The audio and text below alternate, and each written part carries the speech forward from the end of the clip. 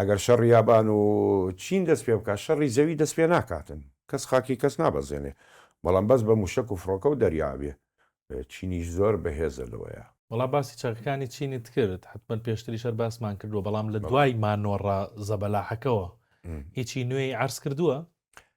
ئێستا کە سەرنج بچێتە سەری ڕادارێکی کەمی دروست کردووە زۆر سەیرە ینی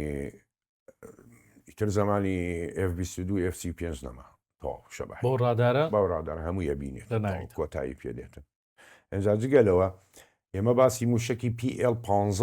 یەکەمان کردووە کە بڵێ لە شەڕی پاکستان و هندستان ڕافاڵەکانی خستە خوارەوە چیخۆی سیەک و مێک بیستونەیەکی خستە خوارەوە جیدەیەکان بۆ موشەکە ئێستا موشکی PL-16 دروست کردووە PL-16 سووکترە وە بچووکتریشە لە PL لە جاتی جیتە جاران 4 موشک هەڵبگرێتن لە PL-15 ئێستا 6 هەڵەگرێتن ئەم موشەکە ئەنجا PL-17 دروست کردووە کە گەورەترە بەس وەکەوەی کەچین باسیەکە ئەم موشەکە 400 کیلومتر بە ئاسمانە ڕواتن بە ڕاداری نەشتیشەکە بە سورعەتی 5 ماک ئەڕوا 5 لە دەنگ سەریەترە